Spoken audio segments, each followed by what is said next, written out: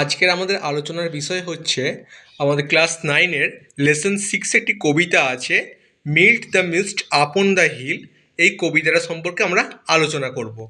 তো mild the mist upon the hill, যেটার লেখিকা হচ্ছেন এমিলি জেন ব্রন্টি। তো এমিলি জেন ব্রন্টির লেখা একটি কবিতা, যেটা হচ্ছে mild the mist upon the hill, অর্থাৎ পাহাড়ের উপরে হালকা কুয়াশা। তো আমরা প্রথমে লেখক পরিচিতিটা সম্পর্কে জেনে নিই। তো এমিলি Jane Brontë 1818 to 1848 was an English poet and novelist, best remembered for her only novel Wuthering Heights, long considered a classical of English literature. তো এমিলি ব্রন্টি একজন ইংরেজ কবি এবং ঔপন্যাসিক।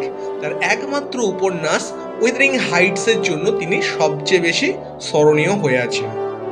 তো এই long considered classical of English literature, এটাকে ইংরেজি সাহিত্যটি ক্লাসিক্যাল সৃষ্টি বলে ধরা হয়। In the poet, the blue mist that surround the distant mountain reminds the poet of the happy days of youth and childhood that she has left behind. তো এই কবিতায় বর্ণিত হয়েছে নীল কুয়াশায় ঢাকা দূরবর্তী পাহাড়ের একটা নৈসর্গিক দৃশ্য, যেটা কবিকে তার ছেলেবেলায় ফেলে আসা শৈশব এবং কৈশোরের দিনগুলির কথা মনে করিয়ে দিচ্ছে। As she describes the landscape, she shifts from the present moment to the past and then to the present again. যদিও বর্তমান থেকে অতীতে এবং অতীত থেকে বর্তমানে ফিরে এসেছেন তিনি, যখন এই বিষয়টা এই দৃশ্য এবং এই পারিপার্শ্বিক চিত্র সেগুলো যখন কল্পনা করছেন, তখন কিন্তু তিনি প্রেজেন্ট আর পাস্টের মধ্যে একটা কিন্তু কানেকশন তৈরি করছেন, যেখানে তিনি আমরা কবিতাটা পড়ার সময় দেখতে পাবো যে তিনি প্রেজেন্টে কথা বলতে বলতে হঠাৎ করে তিনি পাস্টে চলে যাচ্ছেন, অর্থাৎ পুরোনো দিনের স্মৃতিতে তিনি ফিরে যাচ্ছেন এবং সেই সময়কার কথা তিনি বলছেন, আবার সেই পুরোনো দিন থেকে তিনি বর্তমান সময়ে ফিরে আসছেন। তো এমিলি জেন ব্রন্টির যে লেখার বৈশিষ্ট্য এটাই, তিনি কথা বলতে বলতে, তিনি যে ন্যারেট করতে করতে বা তিনি কথা বলতে বলতে তিনি হঠাৎ করে পুরোনো সময়ে চলে যান এবং সেই সময়ে ফ্ল্যাশব্যাকের যে ক্যারেক্টাররা তারা কিন্তু পুরো বিষয়টাকে এখানে প্লে করে। অর্থাৎ একজন রিডার যখন পুরো গল্পটা তার যখন লেখা যখন পড়ে, তখন কিন্তু একজন রিডার তিনি নিজেকে তার ওই পুরোনো সময়ের মেমোরির সাথে কানেক্ট করতে পারেন এবং সেই পুরোনো সময়ের মেমোরি পুরোনো মেমোরির টাইমটাতে সেখানকার যে সমস্ত ক্যারেক্টাররা তারা কিন্তু ডিরেক্টলি এই গল্পের মধ্যে চলে আসে এবং তারা রোলটা প্লে করে, যেখানে একটা হ্যালুসিনেট একটা তৈরি করেন কিন্তু লেখিকা তার লেখার মাধ্যমে। Mild the mist upon the hill telling not of storms tomorrow, যে পাহাড়ের ওপর নরম কুয়াশা জানিয়ে দিচ্ছে যে আগামীকাল ঝড় হবে না। তো ঠিক আছে, এখানে মিল্ট মানে কি? মিল্ট মানে হচ্ছে মৃদু কুয়াশা, আর ওয়েপ্ট ইটস ফিল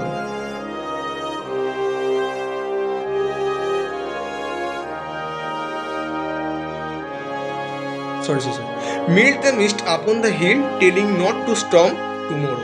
তো বলছে পাহাড়ের ওপরে হালকা কুয়াশা tell not to storm tomorrow, জানিয়ে দিচ্ছে যে আগামীকাল কোনো রকম ঝড় বৃষ্টি হবে না।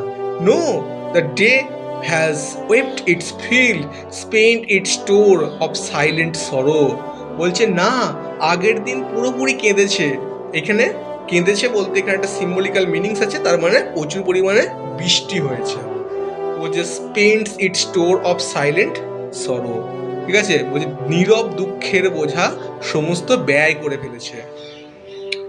ও I am gone back to the days of youth, যে আমি আমার কিশোর বেলায় ফিরে গিয়েছি।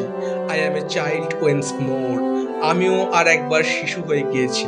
দ্যাট মিনস কবি কিন্তু এখানেতে তার প্রেজেন্টেতে কিন্তু শিফট করছেন পাস্টে, তার মেমোরির মধ্যে কিন্তু পুরোনো সময় কিন্তু তিনি ফিরে যাচ্ছেন তার লেখার মধ্য দিয়ে। Underneath my father's ultimate roof and near the old hall doors, এবং আমার বাবার আশ্রয় নেওয়ার ছাদের নিচে আর সেই পুরনো হল ঘরের দরজার কাছে। I watch this cloudy evening fall after a day of rain, আমি মেঘাচ্ছন্ন সন্ধ্যার আগমন লক্ষ্য করেছি একটি বর্ষণমুখর দিনের পরে। Blue mist sweet mist of summer fall, the horizon's mountain chain, যে গ্রীষ্মের ঘর, মেঘের পরে নীল কুয়াশা, মিষ্টি কুয়াশা, দিগন্ত বিস্তৃত পর্বতমালায়। The damp started in the long green grass as thick as morning tears.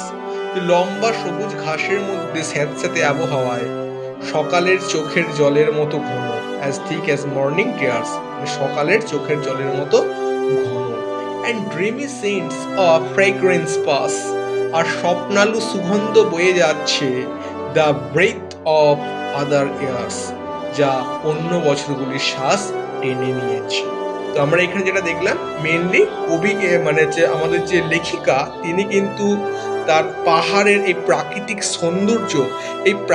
সৌন্দর্যে মুগ্ধ হয়ে কবিতা লিখতে গিয়ে তিনি কিন্তু তার একবারের জন্য তার পুরনো স্মৃতিতে ফিরে যাচ্ছেন এবং যেখানে তিনি তার স্মৃতিতে গিয়ে তার বাবাকে তিনি খুঁজে পাচ্ছেন, তার পুরনো শৈশবে কাটানো দিনগুলো তিনি কিন্তু খুঁজে পাচ্ছেন।